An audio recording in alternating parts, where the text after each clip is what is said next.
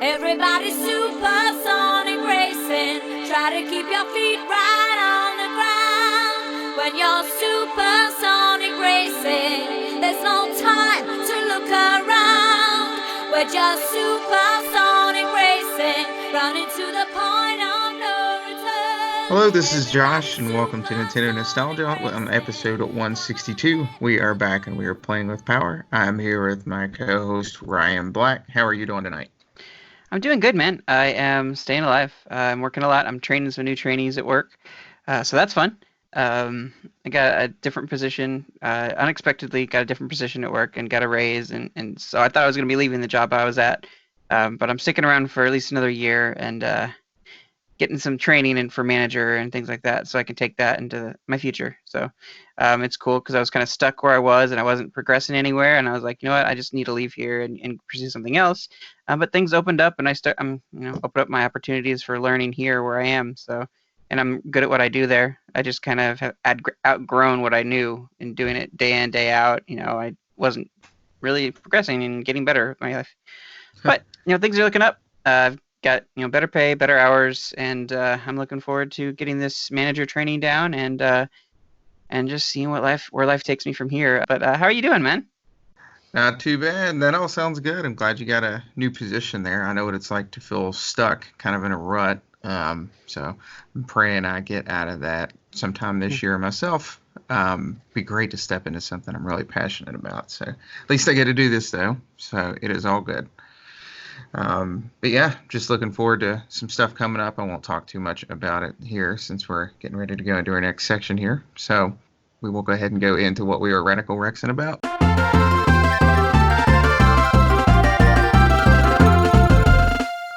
All right. I will go ahead and let you go first this time, Ryan. What is going on? Okay. So one of my housemates has been bugging me to get into Warframe. Now it doesn't have crossplay yet. They're working on that. After they did the last major expansion across all the games, now they're working on getting that crossplay up and working. And so I'll be able to hop in with him and play once that gets going, because he plays on PC, I play on Switch. And I'm really comfortable with the controls. Motion controls, I had to turn those on, but once I got those on, like, aiming was great, and I like it so far. Graphically, it's got some rough areas around the edges, but it's still fun. It's kind of like parkour ninja combat in a futuristic setting, but Okay. it's a third person, like, hack and slash. It's mission based. You run around on planets and like on ships and things like that. I guess I'm doing a story mode thing. I don't know what happens after you finished up the story. Like, if you just play those missions over and over again, just get better loot or what. But so far so good. I'm enjoying what I've seen, and it's not like it's any money from me. It's free to play, except for like you can buy upgrades of like skins and things like that. But I don't think there's anything that makes you more powerful. At least I haven't seen anything yet on that. But it's good. I've been playing a lot of Pokemon, slowly building a competitive Pokemon team. My play style is not really meta at all. Like, it's a slow burn. Like, I'll run a Chandelure that has Pain Split, and it has and Curse, and it also rolls in with Minimize. So that's kind of like the thing that keeps it around, is its evasion goes up, so it can't be hit as easily. It can pack a punch on its own with its special attack, but it's really about the slow burn and taking out an opponent, not being able to be hit. And then I'm kind of raising up a Maractus that has Spike Shield, and then also pair that with Leech Seed and the draining moves with the Big Root, and they're not necessarily proven meta strategies, but it's just what I'm trying to get a feel for what I'd like to build, even if I'm not even any good at it or do well in competition. And I've got my usual Togekiss that's a tank, and it does a pair flinching and everything, so it's a lot of fun. And I actually got to dive in a little bit more to Iconoclast. I'm about 40% through the game. I like what's going on. I think I get a grasp of some of the story, and now they haven't done any major twists yet that make me like completely rewrite what I was thinking was going on. So it's cool learning about that universe, and there's definitely like some faith themes to it. Kind of like these old established faiths are warring against each other, and it's like below all that, there's something that's even more arcane, something that has nothing to do with faith, and it's like the old world and things like that. So it's kind of interesting. Very Metroid-like. It's almost scratching that Metroid itch, but it doesn't really compare. So I really want to get into a Metroid game here soon. I don't blame you for that. I'm getting there myself. It seems like they're so far in between. Samus Return was awesome, but I think that was the last one we really had, and that was a remake, but it was a really good one. Yeah, I've heard a lot about. Is it Iconoclast? I think I'm saying that right. Iconoclast. Do plan on getting there someday as well. I've heard a lot of good things about it. Now, as for myself, just been doing a lot of game hopping. Mentioned recently, there hasn't really been a whole lot of like new releases for a while, so I'm just kind of going back and playing things I've missed, or for whatever reason, something I'm pretty notorious for doing, replaying games I've already played like 20 times. Mm-hmm. So, and I'm excited for stuff coming up. So I've been playing a lot of Sonic, and that's what we've been talking about for the past like 3 weeks. So, and yeah, one of the big things obviously is this weekend's coming up is that Sonic the Hedgehog movie. I've heard a lot of good things about it, so I'm excited for it. And of course, you'll be coming in here for your first time, spending a day or so, and be taking my daughter as well to the movie Saturday. So we will be back and let you all know what we think of that. But I think it's going to be a good time. The movie itself sounds like it's going to be a good time. I've been quite a fan of it, or of the series, for a good while now. So I'm really looking forward to it. Is this his first movie? What is it? Is this his first movie? I mean, definitely theater, probably first time. I mean, he's shown up in Wreck-It Ralph and what have you. But I don't think he's had his own full movie, unless there's like a made-for-TV movie. Yeah, nothing like this. There was an anime that I think it was from the mid-90s or so, and I've got it on VHS actually. And I remember watching that. It's okay. Maybe it's just not really my style, but it's mostly about like Metal Sonic, so that's pretty cool. And then it has some of its own unique characters in it, but it's different. You might want to check it out someday just to have a piece of history or something. But so yeah, I'm really looking forward to that. That's mostly what my mind has been on when it comes to that stuff. Other than that, just doing the same old junk day in, day out. So getting through there and seeing where life takes us. But other than that, I think that's about all I got for now. So we don't want to waste too much time. And today we were talking about another character spotlight. And to wrap up this whole theme for the past few weeks, we're going to do our character spotlight on Sonic the Hedgehog.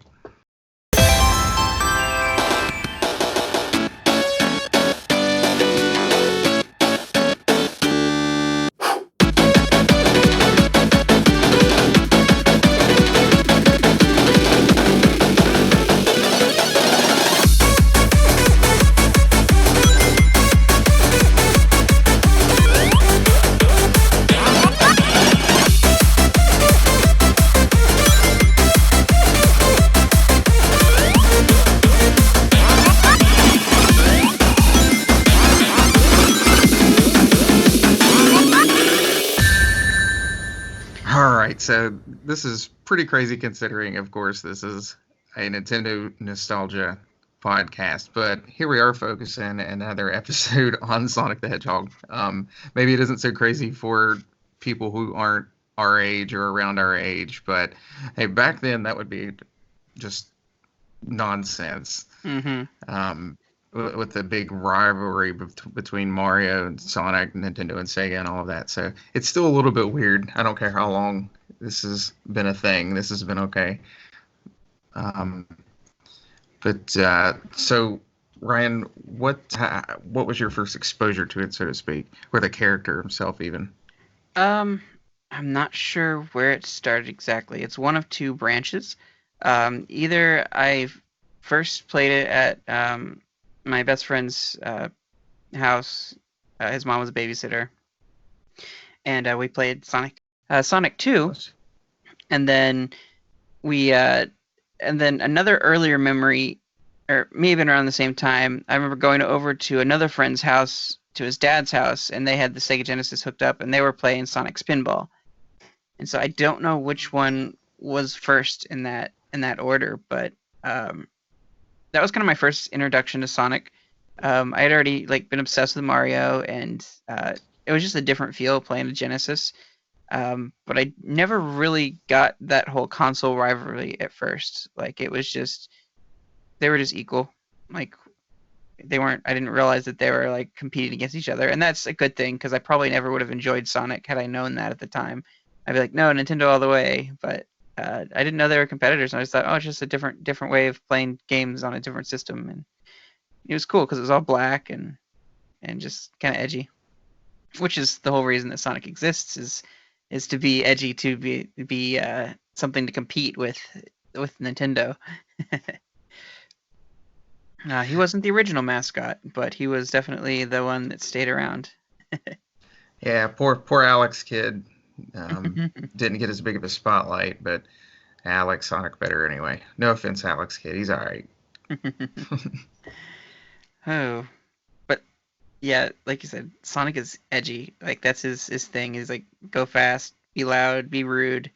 I don't think he's been as rude lately in the series, which is good, I guess. But it was that rivalry was like Sega is cooler. It was in your face, and that's kind of where Sonic went with that. And we'll get into kind of the direction of Sonic as it goes through the ages. Sonic ages. Some people will get that. Yeah, I got you. But yeah. So, what was your first experience digging into a Sonic game, or was it Sonic media of some sort, like seeing an advertisement in a magazine, or what was that? So I think it was a little bit of everywhere. I don't remember like an exact moment, so to speak, but I grew up with Super Nintendo, Nintendo 64. I still get everything Nintendo, a little bit of extra stuff here, but no, I remember playing some of the older ones at a cousin's house on their Genesis vaguely, and I remember an uncle of mine had a Genesis and playing Spinball on it some, but that was about it. But I think I also watched the cartoon, one of them. I know there was three cartoons back in the 90s. And if you look back, I actually had found a picture of me when I was like, I don't know, maybe 3 or 4, wearing a Sonic shirt that someone got me. So apparently I was always sort of a fan of the character, just didn't get to play all the games until down the road sometime. But yeah, my first one that I actually owned was Sonic 2 on the Game Gear. And that was about 2001, I believe. And then Sonic Adventure 2 Battle, of course, like we mentioned last week, was where I really got into it. But yeah, even being a big Nintendo kid, so to speak, growing up, like I always had an interest in that. That was like the one thing that I kind of felt like I was missing out on at the time. And I was glad. Well, I wasn't glad that Dreamcast failed. It was a pretty cool system, but I was kind of glad it did at the time, just because I didn't have to go buy another system and I could finally enjoy the series I'd been wanting to play for so many years. So Sonic went in solo. He didn't have any companions or anything like that. The whole idea of Sonic was to have him. The whole plot was Sonic was kind of for the animals and rescuing the animals who were being mistreated. Now, I don't think that there was any world-ending plot with it. Maybe it was world domination from Dr. Robotnik. I don't remember the exact original story. But they did some advertising leading up to Sonic's big debut, and they have kind of a backstory that they showed, I want to say, in like a magazine ad or something like that. Or was it in a comic book? I don't remember exactly. That I don't remember. The only thing I would know of is maybe the instruction booklet. I don't know anything outside of that at the time, anyway. In Japan, he was portrayed a lot more edgy. I don't know if they used like kind of like a rock guitar sound, and they kind of spiced him up a bit in Japan. But when they brought him to the U.S., they gave him a softer look, a softer feel. He's kind of smiling and has a pudgy belly, and on the original game, he isn't quite as cool necessarily. They toned him down. And some people say that was probably a good idea, Maybe it looked more Mario-esque, maybe, because Mario was pretty friendly at that time. Now, I want to say the first Sonic game, that is his debut game, came out in 91. Yeah. And that is obviously Mario had been out before then. So we had plenty of Mario to experience, but Sega was the biggest competitor coming onto the scene, and it's kind of funny how today like they went from like bitter rivals to frenemies to they're kind of on the same side and kind of comrades in some ways, working together in Olympic Games. Yeah, they compete against each other, but they're not super serious, like fighting like cats and dogs or what have you. Right. That was more of an outside of the games themselves rivalry, so to speak. Just more of the companies. So yeah, unfortunately, the only time we've seen those two characters together is the Olympic Games and Smash Brothers, which we haven't really got to see a whole lot of like actual character interaction, so to speak, other than just sort of quick mini game type things. Mm-hmm. But yeah, his first appearance was, of course, his first game in '91, Sonic the Hedgehog on the Sega Genesis and the Game Gear, both versions of that. Since then, of course, there is just a crazy ton of games he's been in. Mm-hmm. But not only that, I would say almost even more. Well, I don't know. I'll go ahead and say it. I would almost say even more so than Mario. He really popped up in all kinds of other media. Comic books. There's still comics that go on today for Sonic. TV shows. I've actually lost count of how many TV shows. Maybe like 6 at this point. And all kinds of stuff. Especially in the '90s, he was huge. And through all this stuff, to get into the actual character a bit, he hasn't changed a whole lot through the years, and he usually kind of retains that same charm, that same attitude through everything, through the comics and all of this, even though it's written by different people in some forms. But yeah, I mean, he's also evolved in his own ways. But he's definitely different than just about anything else we had at the time. The early '90s, yeah, there was a lot of '90s mascots and stuff that popped up later in that decade, but he was definitely one of the first ones that helped lead the way, and one that really had more character to him than. Don't get me wrong, I love Mario, but had a little more actual character and personality perhaps than Mario had. And then he actually had a voice. He actually spoke. Well, not in the games necessarily, not yet, but throughout the TV shows, which funny enough was his voice at the time was, I always pronounce his first name wrong. I think is it Jaleel White, something like that. The guy who played Urkel, basically. So that's just always kind of a funny thing. But now he had some early audio tracks in CD, I want to say. It was your 3D Blaster CD that he had like a couple CD, of sounds. yeah. But that was kind of his first voice there. But he didn't have a lot to say initially, like his shaking of his finger, the like, hey, I'm bored, like speed up if you stand still for too long. Like he was always very pushy and had a lot of character there, just in his animation. So he didn't necessarily need to speak at the time. That's probably one of my favorite things to see in a Sonic game is just to stop and see what happens to Sonic when he sits for too long. Well, speaking of on CD, real quick before I forget, probably was one of his first voice lines was, "If you just stand still for too long," I forget the amount of time, he won't just stand there. He will jump off the screen and say, "I'm out of here," and you'll get a game over. He'll just leave. Oh wow, that's funny. No, I don't know who did it first. I don't know what game brought in the whole like idle animation thing. Donkey Kong probably comes to mind first for me. Donkey Kong Country, and then Sonic as well, just sitting and them doing something when they're idle. That's always a great touch in games. Like, I don't think they do it enough anymore, but that's always an enjoyment for me. I loved how they took Sonic in such a different direction and a different kind of platformer. They built Sonic off the idea or this game developing idea of like arcs moving along like dips and ramps and things like that, just in how they designed it.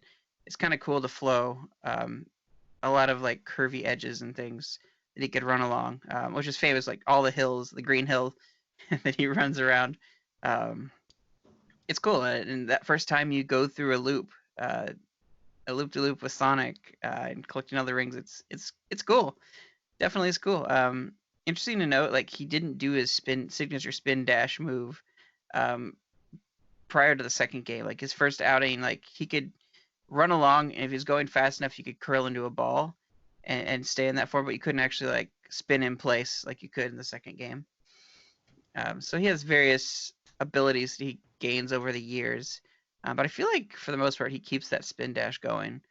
And you could even use that spin dash in Smash Brothers, which is pretty cool. You know, it was Brawl was the first one that had Sonic in it. Is that correct? Yeah. Yep. And that was the third entry, I believe. So sounds about right.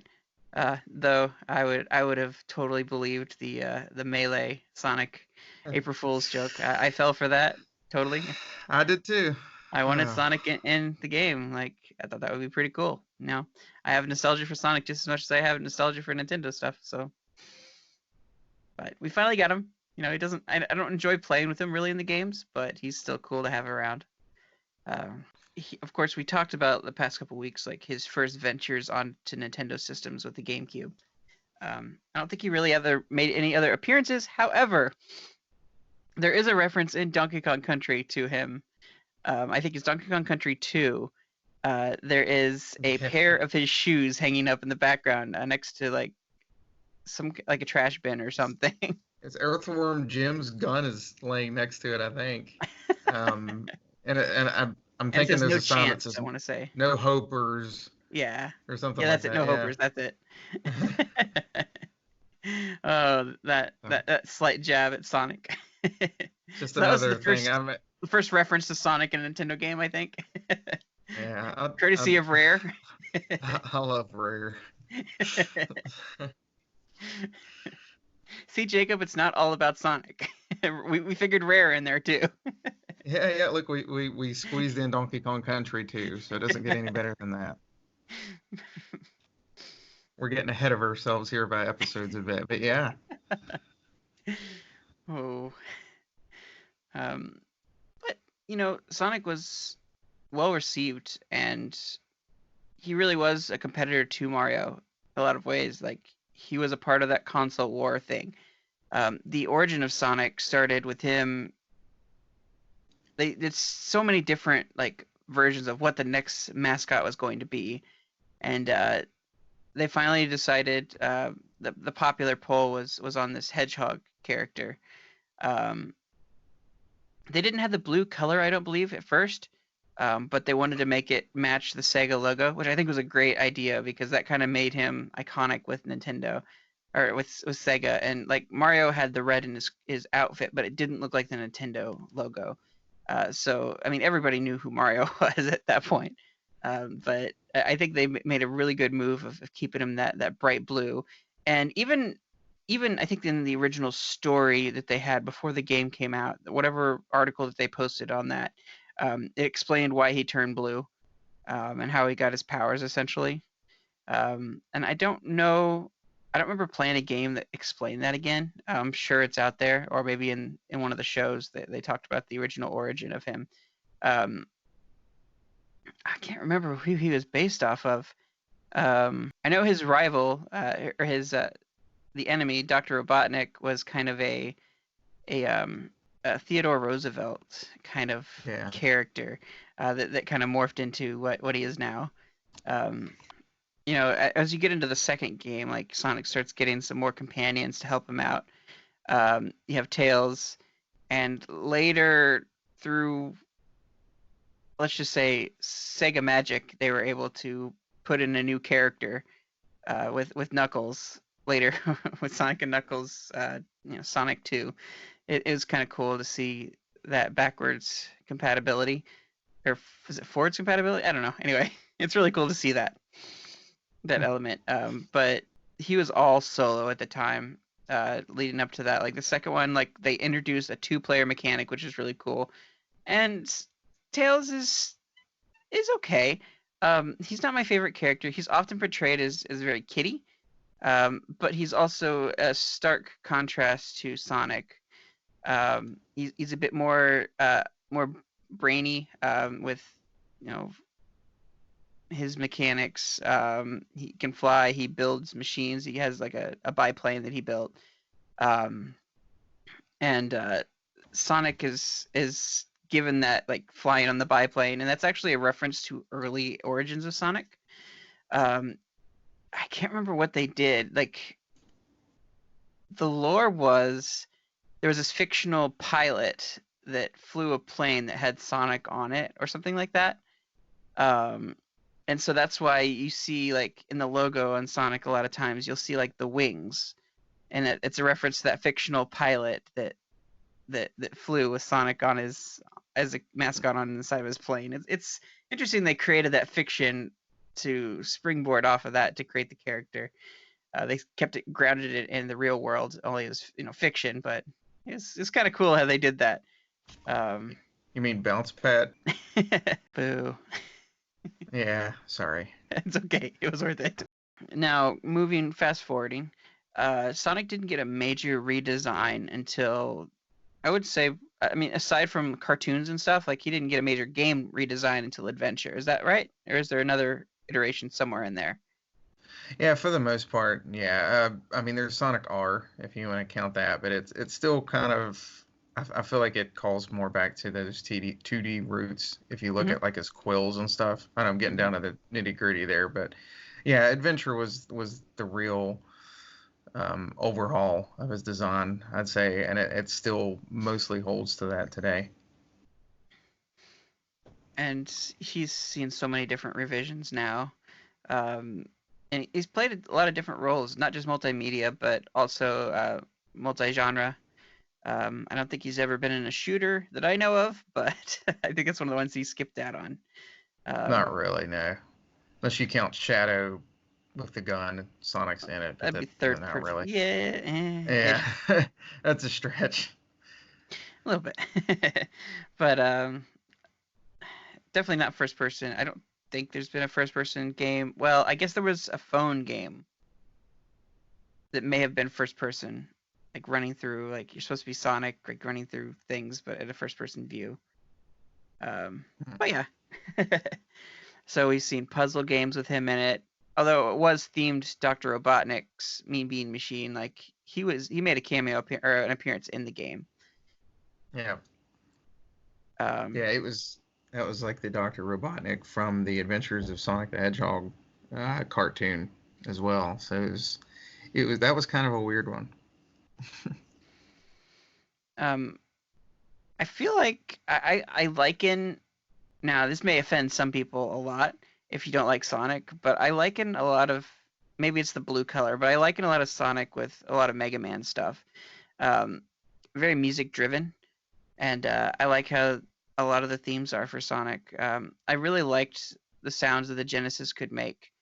Definitely very different feel from Nintendo systems. And I actually prefer like listening to Genesis sounds over Super Nintendo sounds in a lot of ways. I know, sacrilege just saying that on a Nintendo podcast. But I think they handled Sonic really well with the music and all that they've done with him. With that, that being said, there are some real Sonic stinkers out there. Some really fart noise tracks, like Tom Qualls would say, like say Sonic Spinball, the title screen, or the options select screen. Yeah, it's pretty horrendous. I don't know why so much. I liked it as a kid, and now I listen to it, I'm like, this is just trash. The rest is the of worst. Game, though, the soundtrack for that game in general is pretty great, but that options menu is a little painful. It's like the Genesis sound at its worst, because sometimes it really can sound good. I agree. There's a lot of things about the Sega Genesis that sounds pretty cool. It's got its own unique sound. You can definitely tell a difference between it and something coming from the Super Nintendo. Mm-hmm. So I think most games start you out in a Green Hill Zone-esque area. It's always the green, like like palm trees or forest or what have you. It's always greenery that you're around, and there's like animals usually flying around. The plot is Sonic has to free all these animals that were turned into or enslaved and turned into like badniks, are what they're called, I think. Yeah, the robots. Yeah, badniks. The robots, and he rescues them. I haven't watched any of the shows, but I'm sure they explain a lot more of that, how that works outside of like game mechanics world. They do sort of in the one Sonic the Hedgehog or SATAM, whatever they refer to it as. But that's really kind of it that really puts much time into it. The rest really don't. Like Sonic X doesn't at all. I didn't watch all of Underground, but yeah, that's it's almost like they put that in the first couple games, but it wasn't used a whole lot. I wouldn't say, especially nowadays. You know, it took a bit of time. I think it was Sonic. I want to say they did introduce Amy Rose. It was a girlfriend for quote unquote girlfriend for Sonic, though. At the time when I knew Amy Rose from Sonic Adventure 2 Battle, she seemed really clingy, and like Sonic wasn't interested at all in her. Like she was just kind of, following Sonic because she liked him. I didn't really think they were like a couple or anything like that. But there's been other like ladies in his life. I can picture the character in the anime, but I don't know what she was exactly. I don't know if she was another hedgehog or what, but in the show, in the comic, it was for a while on the comic, it was Sally Acorn. That's what it was, Sally. Yeah. What was Sally? She is a I should know this. She's a chipmunk, maybe? Okay. Yeah, someone probably thinks I'm an idiot now. Squirrel or chipmunk or something. But yeah, they actually were a couple, and he actually was interested. Where with Amy, he never really has been. For the most part, there's a time or two, like in the last season of Sonic X, they're a thing, but yeah, there for a while it was all Sally, and she's only in, I think, Sonic Spinball. She's not really in anything else game wise. Oh, is she in Spinball? Yeah, Sally's in the bonus stage with some of the other characters. Oh yeah, I forgot about that. And they had the chicken and Rotor and Antoine and all them's hidden in there. That's it. Yeah. That's the only time you see him really in a game. It's a little weird. Amy popped up in Sonic CD first. I think that came out actually before 2, so I think she's been around longer than Tails, technically. If I want to say she was in the open animation too for that. I want to say the ending. She is. Okay, for the ending. Okay. She pops up in one of the first levels and gets kidnapped by Metal Sonic, and then you save her at the end of it. So you make a good point bringing up Metal Sonic.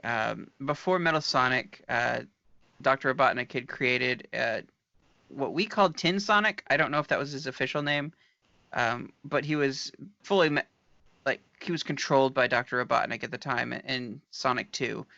Before you, I think that might have been even the final. No, it wasn't the final boss. It was like going up against like a Shadow Link before going up against Ganondorf after that, or something like that. Like it was that mid-tier boss that you had to face before going against the final boss. And it was completely controlled by Dr. Robotnik, and he didn't become his own independent robot until they introduced the Metal Sonic.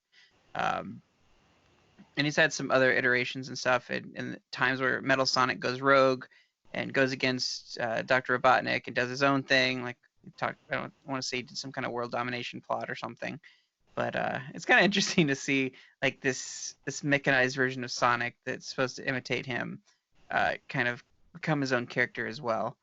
And so it was kind of a direct rival, and I don't know. I mean, we had a Shadow version of Link before, this Metal Sonic even became a thing. But it was kind of interesting to see like another type of Sonic, and then they later echoed that when they did the whole like Sonic and Shadow thing. Like there's an evil version of Sonic that's causing problems for him. But it was really cool how more grandiose the games got as you went along. I always used to think that Sonic and Knuckles came before Sonic 3. I had played so much of Sonic and Knuckles that I found out there was a Sonic 3. What? And then the version that I got that I actually played was actually the greatest hits version. So Oh. it had been out for a while since then, but I always thought that it came out after, and I thought it was so cool that it was, a thing. But yeah, apparently Sonic and Knuckles came out after that, and I didn't know. It's kind of like a part 2 of it, in a sense, yeah. Yeah. Yeah, they did a good job with that whole packaging and being able to play in different ways. But they did release a Sonic 4. I only played the first episode because I think it was like free or not very much money to get it on the Wii eShop, I want to say. But it was episodic. You had to buy each episode as it came out. I don't know if they ever later released the full game as a package or not. They Or did, they even and completed it. there was a second episode, but I don't even think it popped up on the Wii. I think I got episode 2 on the 360, and it was a little better than the first one, but really they weren't all that great. It didn't have that Sonic character for some reason. It started to lose its charm at that point too. It was really stiff. It didn't feel right. Right. You almost Exactly. would just have to play it. The physics were just off. It had like 4 zones. They were all places we've seen before. So almost don't count it. Like if you look at the opening of Mania, it mentions 1, 2, 3 Knuckles, and it might mention CD or something. I can't remember, but it's like it just kind of skips 4. Yeah, it was almost like a cell phone like feeling game in that aspect. Like it I was a could see very that. WiiWare type feeling, and it felt almost cash grabby, and the way they did episodic. At least that's how I felt at the time. Like the idea of buying a game in episodes was kind of unheard of. Now we have, Final Fantasy VII remake coming out in episodes, and everybody's okay with it, But at the time, it was like, why would you do that? Like, why would you pay for the game over and over and over again? Like, they'll just keep charging us, the outrage. Yeah. So Sonic did some interesting things going forward there, but I don't think. I mean, Sonic had taken some other turns. He'd had his pinball game. I want to say he had another pinball game in there too. But I think it was more traditional table. There's Sonic Pinball Party on the Game Boy Advance. Okay. I think it was like 2005 or so. And of course, like the Sonic Spinball on the Game Gear, but I don't know if I count that one. Yeah, it's not as good as the Genesis one. There's not really any reason to go back and play that one, honestly. Mm-hmm. But he started branching out into other areas. We've seen Sonic have a genie kind of theme, or like an Arabian type theme, where Sonic goes into like a storybook, and it's like the Arabian Nights type deal. But they gave him like a mechanic where he was like running around fast and he couldn't stop, or his heart would stop. And it's kind of an interesting mechanic. And then they actually had a spin-off from that one where it was like another storybook where he was a knight. And prior to those ones, like Sonic became fused with some kind of like Gaia power, Earth power or something, and he became a werehog, basically just a brutish, beefed up version of Sonic. Sonic wasn't really the person to do transformations at all, like Mario was, which was fine. He got shields. The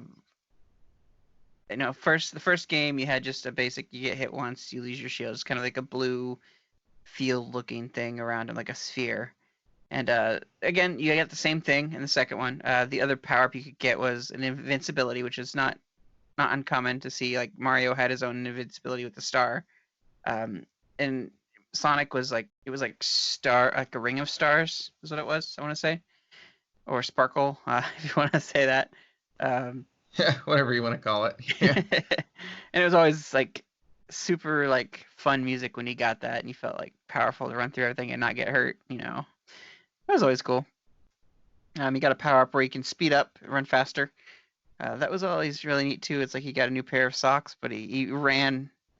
I always called them socks and other shoes, but he'd run until they like burned through them, and he goes back to his regular speed again. That's always how we imagined it as kids. Now with Sonic, did you like now looking back at it, did you like the direction they took, giving him shields and things? I know in 3, he had a fire shield, he had a bubble shield, an electric shield, and they, to some extent, they had that in Sonic and Knuckles as well, that had their own abilities. Uh, I want to say that they introduced that to give him more variety and also to compete with the fact that Knuckles had his own abilities that are completely different from Sonic, but they wanted to keep Sonic interesting by giving him some extra powers too. Uh, you can't really consider them transformations though, like Mario's like hats and suits and everything. The one thing Sonic does have, I guess, since like Sonic 2, not in every game, but is Supersonic. If you collect all the 7 emeralds and get 50 rings, you can turn into Supersonic, which is super cool. It's not quite the same as like a Mario power up, though. Of course, it's you turn gold and you go like twice as fast, and you can't get hurt. Like it's like having invincibility, unless you're squashed by something or you fall down a pit. So there's that, but it's not like a I don't know, I'm not sure how to word it. It's not like a Mario cape or a fire flower where you're doing something all that different. It's just everything's really ramped up. Yeah. So it's cool in its own way, and I think it fits. I think it fits the series well, because it doesn't make it too complicated or really add that much more mechanically speaking, but it just ramps everything up to 11. And in a way, it's definitely a big reward to get that. Like you have to really know what you're doing, and it was almost a completionist thing, to go through these bonus mini games, collect all the emeralds, and then find out what happens when you finally get there. It's really cool to have that ability, but you know, for me, like I was never that great at Sonic games, so I never got that.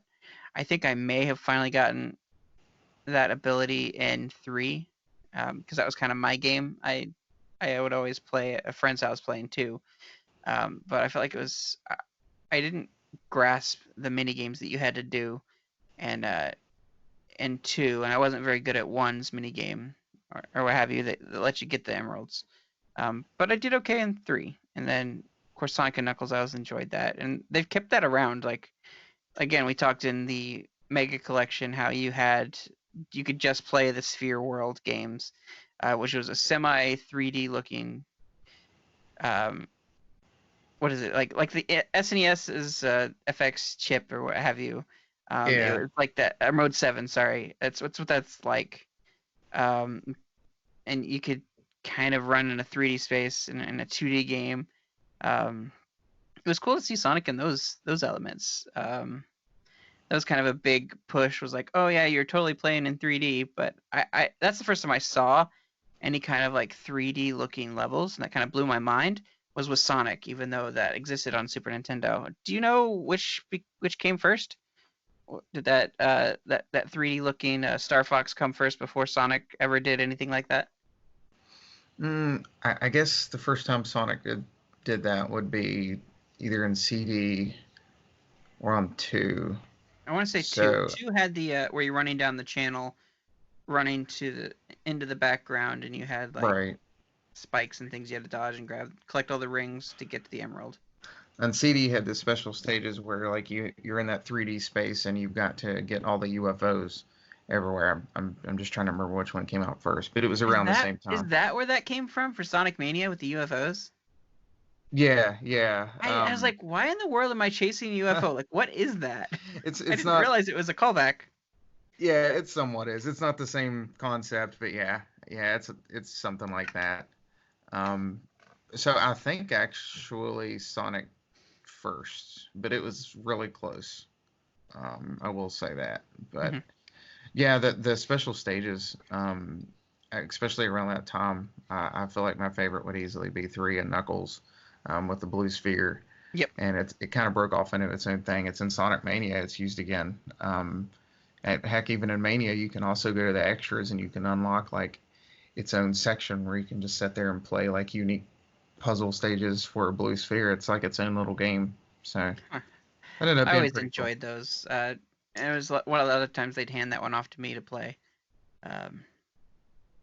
but I always love doing those for some reason. Like it's just a bunch of timed presses, but it gets progressively faster, and sometimes you can Yeah. get you have to make hairpin turns and just really, really be precise with the elements there. I want to say platforming, but you're not really platforming necessarily. Just jumping over red orbs and star bumpers, I guess is what they'd be Yeah. called. Trying to avoid all the red spheres, Mm-hmm. and get all the blue ones, so you can collect the Chaos Emerald or whatever it may be. Like in Mania, you get gold medals at one point. So, But is there anything else that you really wanted to touch on with Sonic? Maybe the evolution going into Sonic Adventures, or even something beyond that. There was another reimagining of him being more adult. Uh, Sonic 06 was the first one to do that, I want to say. They just kind of grew him up some. yeah, just to touch, I guess, some on the character himself to get back on that. Like we had kind of mentioned before, he had always been a cool character, so to speak, especially for old guys like us that grew up in the '90s. So, and even to this day, like the character still sort of oozes that '90s somewhat cheesy charm, and that attitude. Um, and throughout all that, like Adventure was when it's not the first time he spoke in a game, so to speak, but that was when he really started to become more of a personality in the games themselves. When he started to actually talk, a lot of people wasn't crazy over that, but I was cool with it. Mm-hmm. And since then, that attitude obviously has been a little bit easier to show. But not only that, like he's just a character that I still enjoy going back to in different games and such. I've always enjoyed because he's not complicated. Sometimes you want to sit down and get into like a big RPG and there's all these deep characters and stuff. But then there's just Sonic here that's acting like a big goofy kid that pretty much has a one-track mind, Mm-hmm. and basically can't do any wrong. It's just, hey, this person needs help. He's just a good dude that is still kind of cool, but it kind of brings you back to your childhood in a way. Maybe even more so since we came from that time period. I don't know how else to explain that really. But that always sort of makes that character special. And one thing as well, just kind of being a fan through the years, the different voice actors and things like that. Usually when they've changed, he seems to take on a little bit of a different personality depending on who that person is. They also seem to change the style of the games at the same time. Maybe that's part of it as well, but he still manages to mostly be the same guy. I would say more in the more recent years, his main voice actor has been Roger Craig Smith, who's done a lot of different characters and games and stuff.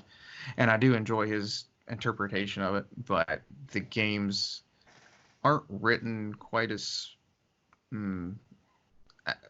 smart as I feel like some of the old stuff was. And again, maybe I'm just being old, but it seems a little more geared towards kids than maybe not as much everyone, but it's still good. So I mostly still like the direction they took. It's just a little different now than it used to be. Mm-hmm.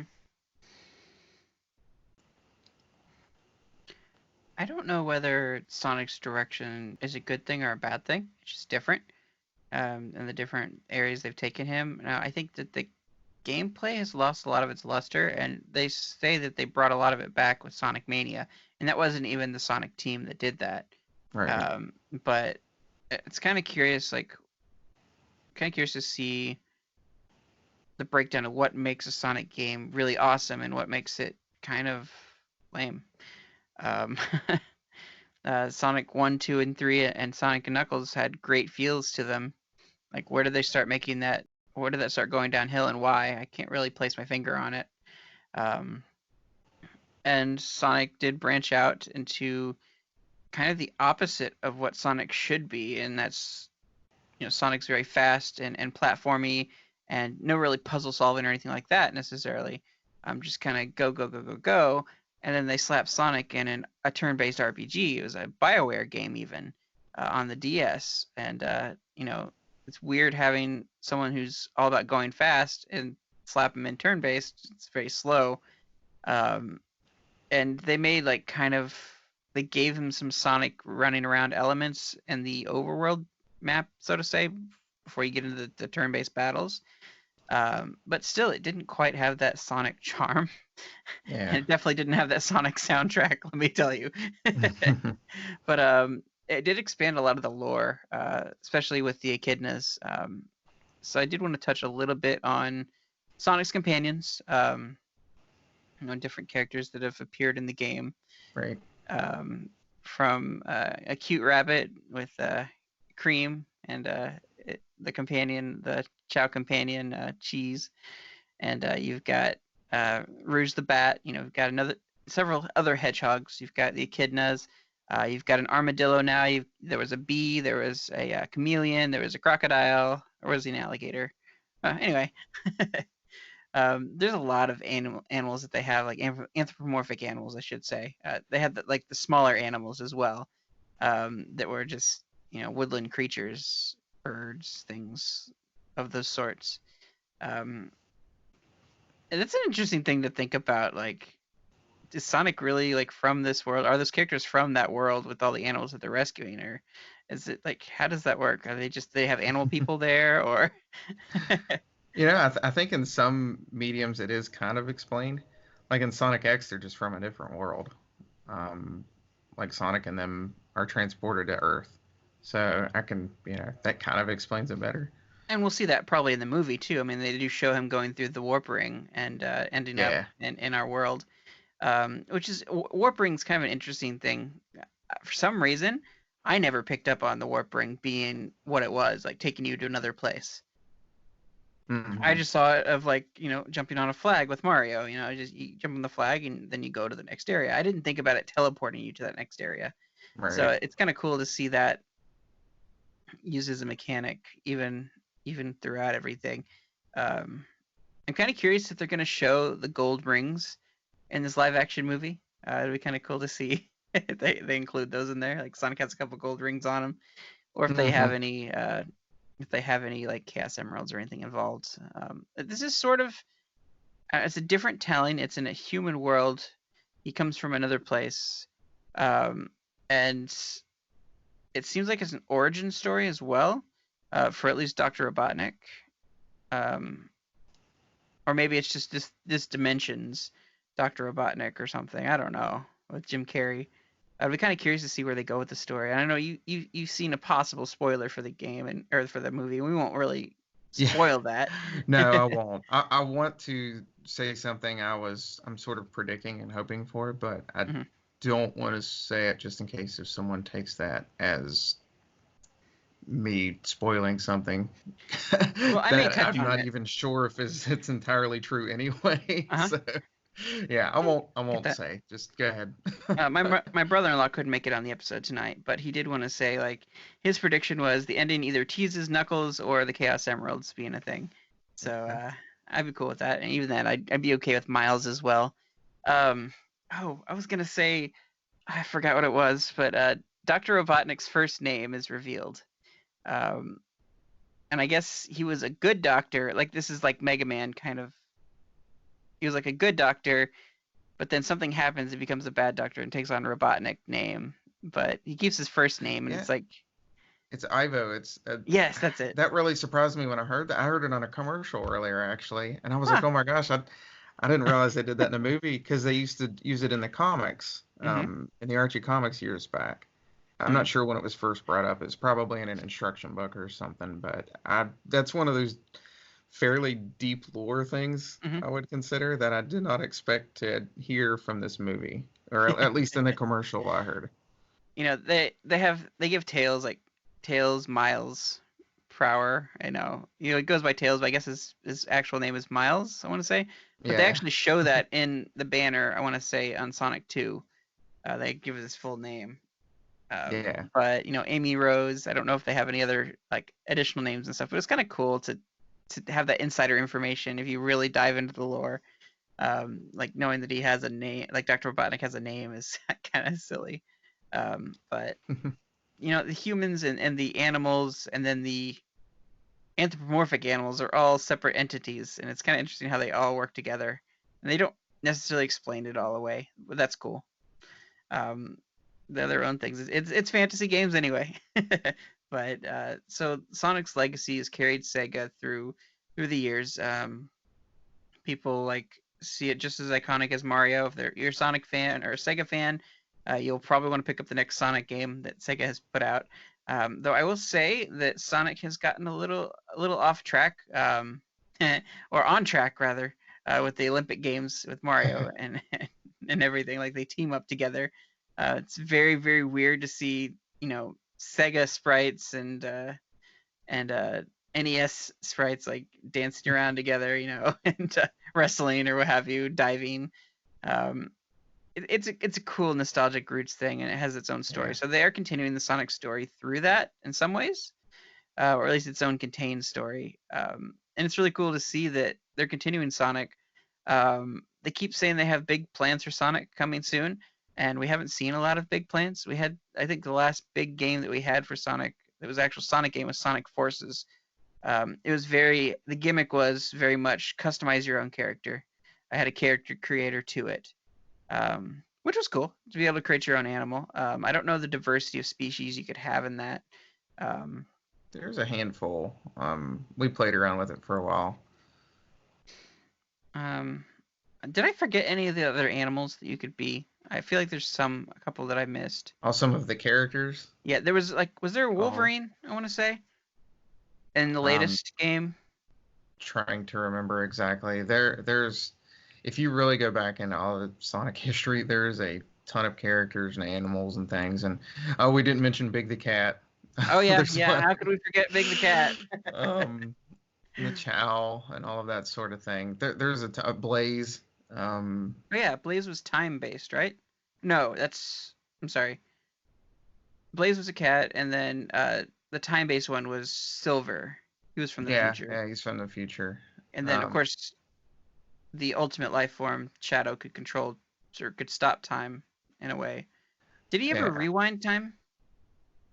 I'm trying to think. I don't know if that was a plot in Sonic Adventure 2 Battle or not. No, I know it wasn't in that. I'm trying to remember all of Shadow the Hedgehog. I don't think he ever has in anything that I can think of. Okay. But that's part of what I've loved about the series as well, is just the variety of characters where a lot of people that's a were big sort draw of for rooting me. for. Yeah. A lot of people were wanting just like Sonic to be the focus, which is cool. But I loved it when like it was, you could play as 6 different characters and you got to spend some time with Tails and Knuckles' story, and they all went different directions, and even Eggman in Adventure 2 and things like that. Me and my sister loved Sonic 3 because we could play 2-player, and Sonic could Tails could start to fly away, and you could jump on, and Tails could carry you for a short period of time. That was so cool. Like that was one of our big gaming moments, me and my sister playing together, and it was a lot of fun. A lot of times she'd make me do the flying and she'd be Sonic, but whatever. Yeah. It was really cool to explore in that element and to actually go to the different levels if you couldn't necessarily figure out how to get to those extra areas and other parts of the levels are very tiered. There's like different paths you can take, so it's cool to explore all that with flying. And all the characters themselves are also different from each other as well. They have unique abilities. Yeah. They might have different backstories or just different personalities and things like that, abilities. So yeah. I know. I wanted to experience every character they had in the Sonic universe in the games, and so that's why I was really obsessed with like Knuckles. Was it Chaos? Chaotix.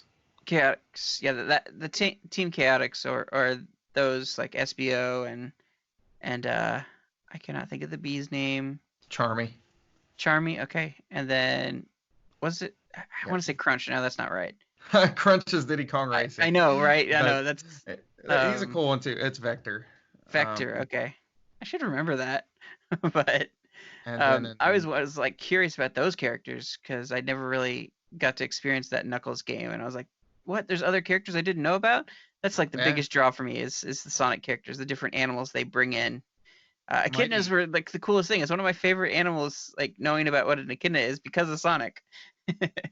Yeah, I did a book report in college actually on an echidna, by the way. But Mighty, the Perfect. armadillo that's in Sonic Mania, was also part of the original Team Chaotix. Okay. I don't And think I realized it was a return of him. and there's a couple others there, but Ray was from like an arcade game that was only in Japan, I think. Hmm. Um, Interesting to note, some of the mechanics they were going to be putting into Sonic that they didn't end up using when they were trying to come up with what Sonic could do, they actually put into Rystar. Uh, there was like a grabbing mechanic or something that they scrapped for Sonic's abilities. But so you can see some other Sonic projects that ported that stuff in there. Now, did the hmm. Sonic team do the Knights games? I know he's appeared in some Knights stuff. I want to say Sonic has made some appearance there. I should know this. I believe they have because I've played the Knights games, and yeah, there's usually at least different references in both Sonic and in Knights to each other. Hmm. So yeah, I know in Sonic Adventure and Adventure 2, Knights pops up in both of those. In the Wii game, I think there's a reference to Sonic. I'm trying to remember off the top of my head, but yeah, I believe that was Sonic Team as well.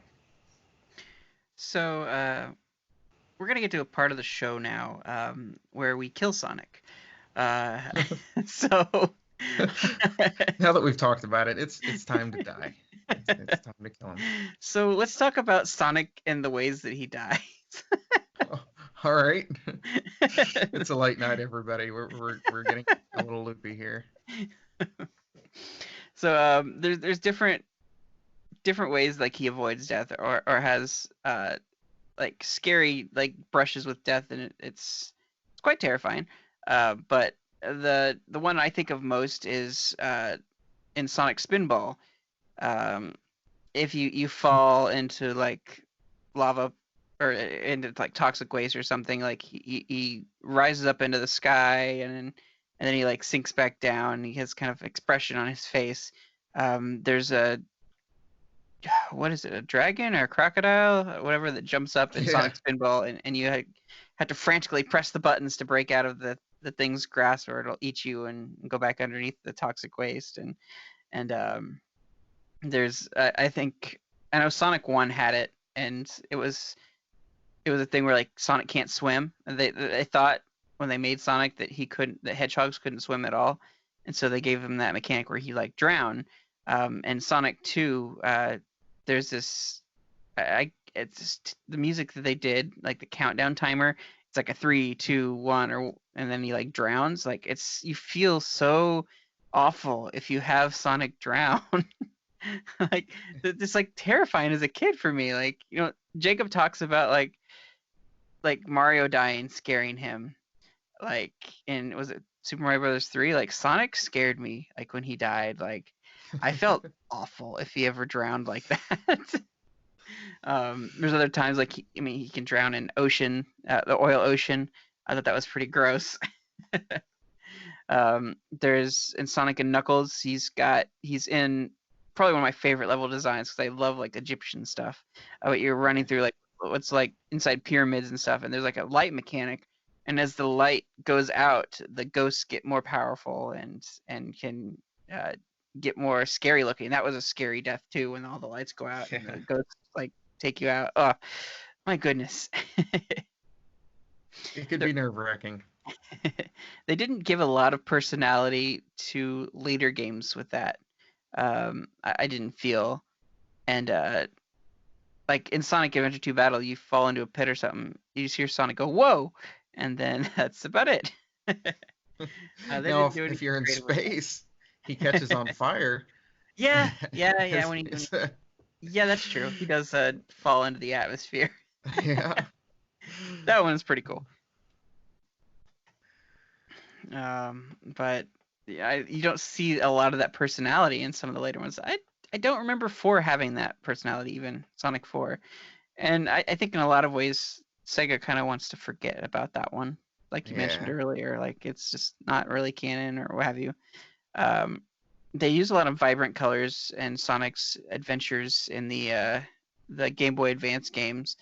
But it was really a way of doing a Genesis-like style was putting back on this handheld that was that sort of graphics. Now, it had better graphics than what the Genesis had, I believe. I think it was just kind of different. You know what I mean? I don't know if I'd call it better. Like, I kind of like what they did with it better in a sense. I know not everybody would agree with me with that, but I think it's just a little bit different than what they Definitely were going stylized for. different too.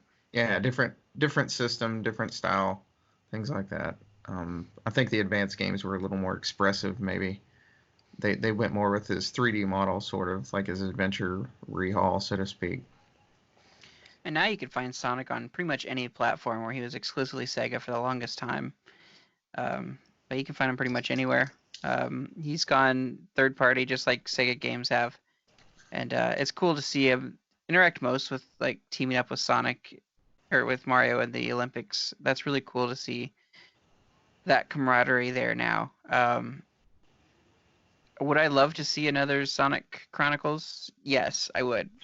I know it wasn't very well received. That didn't have the greatest music. It was an RPG, so that's totally out of Sonic's usual realm. But I would love to see more of that story built on.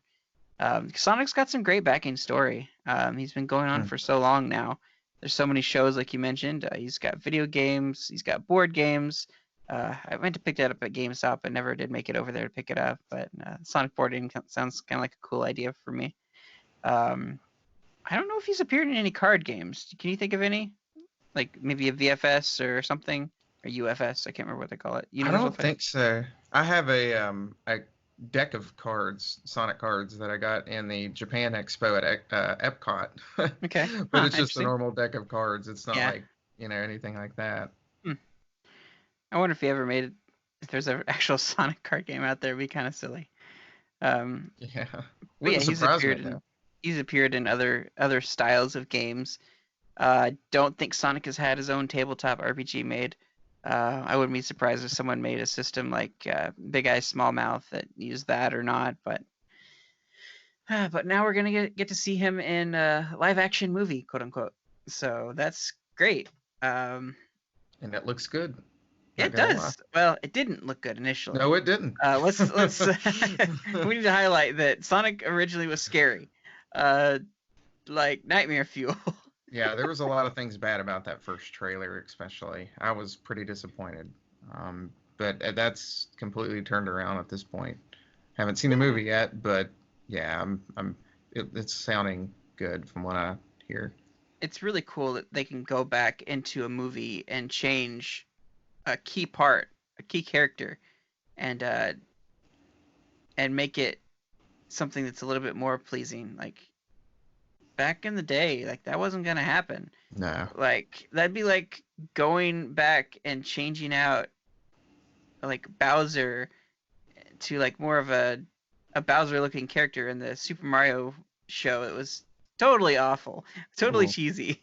But like going back and like making those changes and making it something that fans really want. Not to say that the cult classic element would be wrong to get rid of that, but just that's pretty cool that we can do that to this day. Now, pretty soon we're going to see Mario step into the role of a live action movie as well. I guess Illumination is doing that one, but Sonic is the first one into the ring with this. I'm glad. I'm happy to see another good video game movie coming out. Now, Pokemon really kicked that off as far as breaking the terrible video game movie streak. Yeah, it did. And I mean, I was a fan myself of just like the Wizard back in the day. I know it wasn't greatly received, and it wasn't all about Nintendo necessarily. It had its own story to tell. It was really cool at the end. You got to see Mario 3, and it was kind of like the first Nintendo Direct, I guess. Or at least the championship that they had. But never thought of it that way. Yeah. But it's pretty cool that Sonic's getting this spotlight right now, and I'm glad we could shine a spotlight on him. I've got a lot of fondness for him. I may not have a lot of like canon knowledge about Sonic as far as how they intended him to be. I have a lot of my own feelings and ideas of who Sonic is from my projections growing up. So I may not be the best to consult for how he's supposed to act and be, but I really enjoyed just the look, and of course blue's my favorite color, so he's definitely got that going for him. Well, Do you have I any think, final thoughts? yeah, I was going to ask, and you sort of already answered this, I think. As we're wrapping it up here, now we're getting kind of long. Is there any particular direction you would like to see that series take? What would get you to be a little more interested in it again, in that character, in that game series in general? Ooh, that's a good question. I mean, like I said, I'd love to see the RPG again. I'd love to see Chronicles become a thing, a regular thing, but I know that that's not a popular opinion. Now, I'm not saying I'm trying to pander to popular opinion, but by no means. But as far as, do I want to see a classic Sonic game again, like Sonic Mania? I feel like we finally got that with Sonic Mania. I don't necessarily need to see it again. We didn't touch on it, but there was the crossover where old Sonic met new Sonic and Generations. That was kind of cool to go through both types of gameplay. It was a little weird. Like, it was great playing the classic Sonic, but the newer Sonic stuff felt a little off to me. But I'd love to see another, like, Sonic Adventure 3 would be great. I'd love that. Absolutely. If they get the quality they put in there, maybe even better with getting all the bugs and glitches out, and just making, like, the Chow Garden come back and, like, have all that stuff to do like he did in the second one, but just build upon that and keep Sonic like that type of character that he is. That would be amazing. I would love a Sonic Adventure 3. And I've heard a lot of people like saying, please, Sonic Adventure 3, that needs to happen. Like, make it happen, Sega. Like, and I don't know, they're not the studio that they once were to do all that. And they could build it again. I mean, heck, we're seeing, like, Retro pulling all these crazy, like, developers for Metroid, so surely we could see Sega pulling all these crazy developers and stuff, like just so much talent into the game to make an awesome Sonic Adventure game. Yeah. As long as they put the time into it. Like, we got to experience Sonic, or at least I got to experience Sonic and the director's cut, and the better version with Sonic Adventure 2 Battle, and the DX, of course, of the first Sonic Adventure. I didn't get to experience it the first time around, so it'd be really cool to have that experience with the Sonic Adventure 3. I would love to get a feel for that and have it on multiple consoles. Cool, that'd be great. Now, if Nintendo got it exclusive, that would be crazy, but I don't expect that at all.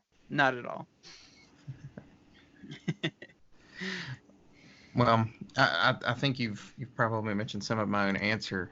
And I do feel like a lot of people saying the same thing, but yeah, I've been wanting what I would consider a proper Adventure 3 for years. I know some people say that's sort of Sonic 06, but let's just skip that for now.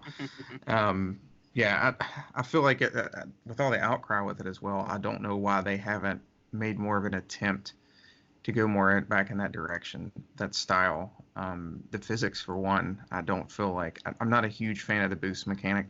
I feel like you just sort of rocket past things, and I can't. If you just want to turn around and, like, oh, I want to go look over in this corner, it feels like Sonic just wants to run forward. Like, he doesn't. I can't. But like in Adventure 1 and 2, you could actually look around. You could go fast. You could actually move your character in the direction you want him to go a little better. I don't know how to. A little less on rails and a little more freeform.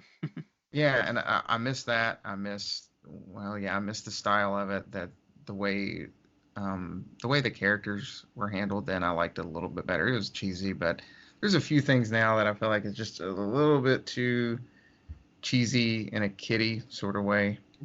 I don't know. I mean, I still don't hate it. I get that vibe when like Sonic and Shadow are exchanging like dialogue about being fakers and things like that. Like, it's kind of like, oh, that's kind of kiddie, but.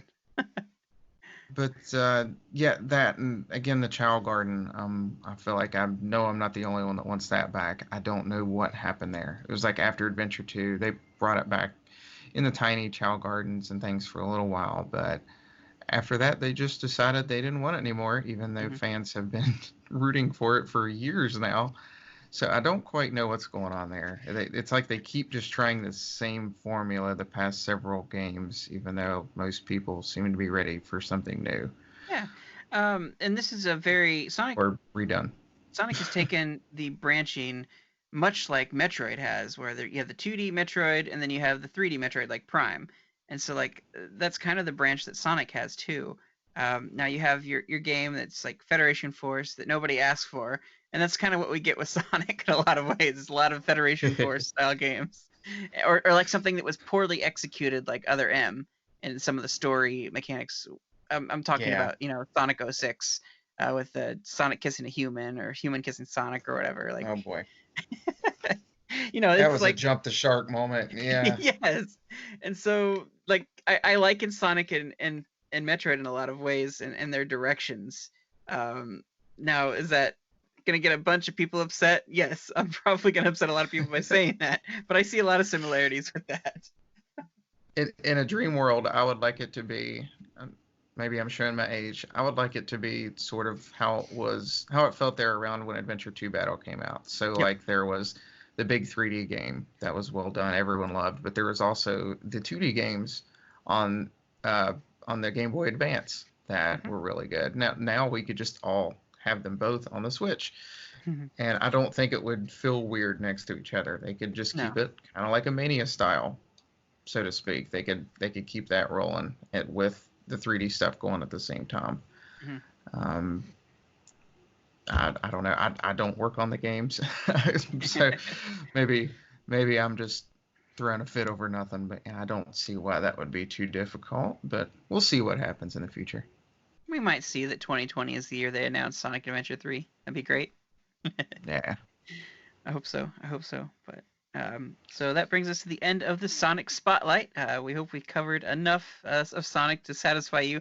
I know some of you Sonic fans out there probably know a lot more than we do, and just pulling from memories. Like, you may not have thought of everything, but definitely feel free to call in, to email us, to let us know, like, hey, this is some things I really like about Sonic, and maybe you have nostalgia, Sonic, Nintendo nostalgia, and let us know what that looks like. Again, like I like some of the weird stuff, like Sonic Spinball and the Sonic RPG game. So,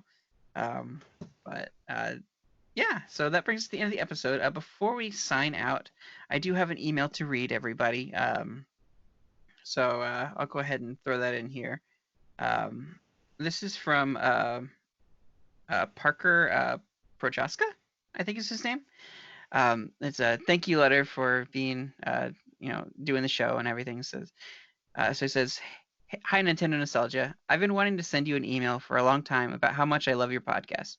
I started listening to your podcast early on in 2019 when I heard about other people listening to celebrity podcasts, and I was curious if there were any video game podcasts.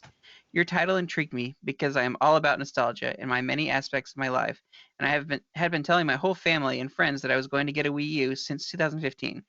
I never did get around to getting a Wii U, but after seeing all of the games coming to the Switch and listening to your podcast, I got a Nintendo Switch this last November. It has been the best video game purchase I have ever made. I really relate to Jacob a lot with his beliefs and the types of games that he likes. I have 2 older brothers and a younger sister, which is similar but not exactly the same as Jacob's childhood. Jacob and I are only a month apart age-wise, so a lot of his stories align with mine at the age he experienced them. I also have a friend who is 2 years older than me that reminds me of Ryan Black.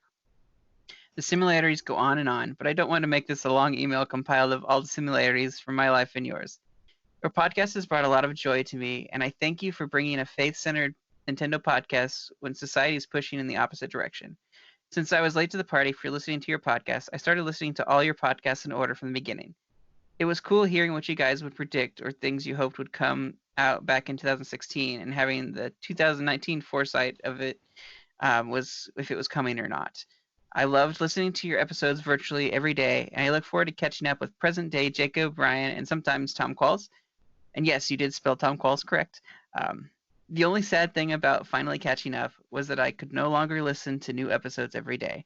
On a somewhat unrelated note, I also love the Donkey Kong Country games. My favorite Donkey Kong Country is DK3. I know that makes me an outsider, but I love that game. It is actually one of my top 5 favorite games of all time, and it is most undoubtedly due to nostalgia. I could go into more detail, but this email is long enough. I know I am a complete stranger, but on more recent news, I hope everything works out between Jacob and his wife. I don't know exactly what is going on between them, but I pray that things can be resolved. My wife and I went through therapy and resolved some of our issues and came out stronger than ever. I hope I am not overstepping boundaries, but I don't want anyone to think that they are alone and that something is a lost cause. I hope to hear back from you guys, but I understand if you don't. Thank you for sharing your life and showing me that there are more people just like me, because most of my friends don't like to get back and play older games. Thank you, Parker. Thank you so much, Parker. That's really touching to know, like, that you started and listen, you connect with us, and that's so cool that you have similar walks in life with Jacob, and you have a sibling that's similar to me, and it's really cool to hear your story. Thank you so much for sharing that. Thank you for opening up to us. We really appreciate you, and maybe in the future we'll have you on for some of your own nostalgia.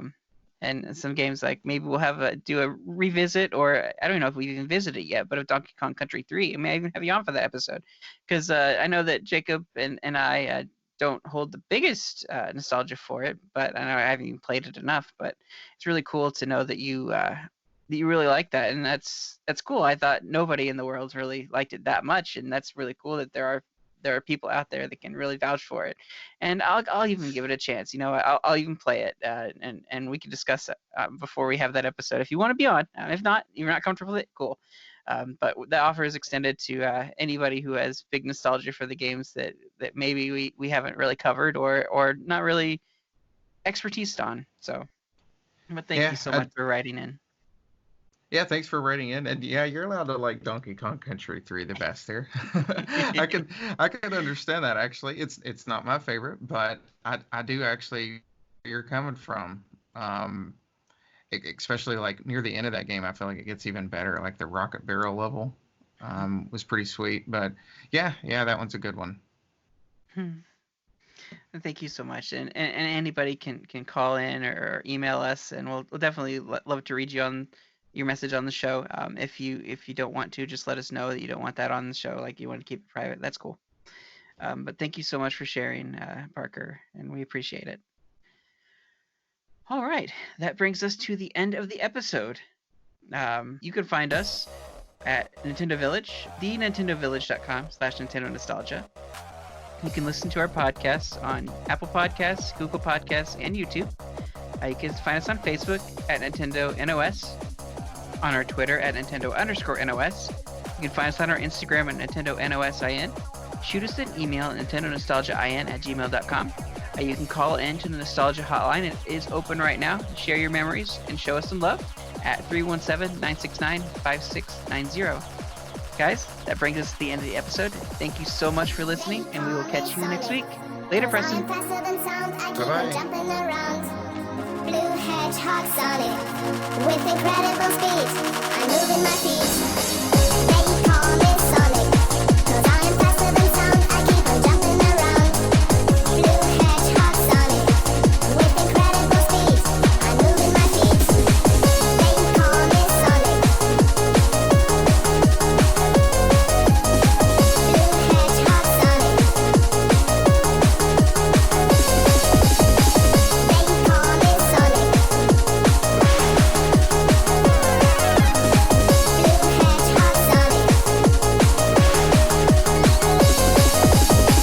They call me Sonic. Cause I am faster than sound, I keep on jumping around. Blue hedgehog Sonic, with incredible speed, I'm moving my feet.